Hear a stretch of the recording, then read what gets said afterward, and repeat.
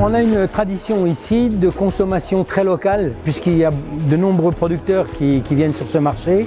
Il y a une vraie motivation aujourd'hui des clients à consommer local. La marque Ici c'est local est un système d'étiquetage qui est proposé aux producteurs qui peuvent mettre sur les étals et qui permet en fait de donner une visibilité aux consommateurs sur l'origine du produit. Donc il y a 3 systèmes d'étiquettes. L'étiquette verte qui indique que c'est le producteur qui vend lui-même, l'étiquette orange qui indique qu'il a acheté localement mais ce n'est pas lui qui produit, et la dernière étiquette qui donne moins de la couleur au violette, qui ne donne pas d'indication d'origine locale, en tout cas du produit. En tant que producteur de châtaignes en Ardèche, c'était important d'avoir une visibilité sur l'impact de l'agriculture sur le territoire et évidemment sur les marchés. Donc c'est pour ça que j'ai assez vite adhéré à Ici c'est local. Il y avait un vrai besoin de trouver où manger local et de pouvoir rencontrer directement le producteur.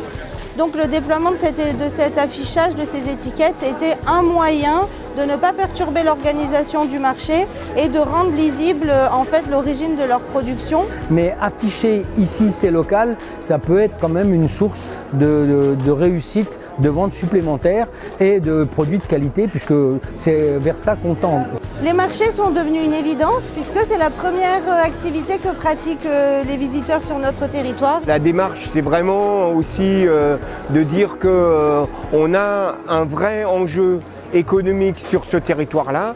Il faut installer des jeunes. C'est vachement important de dire si on vous donne des terres, vous irez sur le marché, vous irez dans le Ici c'est local, parce que c'est aussi l'image de marque d'une mairie, d'une collectivité. Pour les élus, c'est vachement important aussi de voir qu'ils ont des producteurs locaux sur leur marché. Incontestablement, le programme de la région Aime ton marché contribue à la notoriété de notre marché.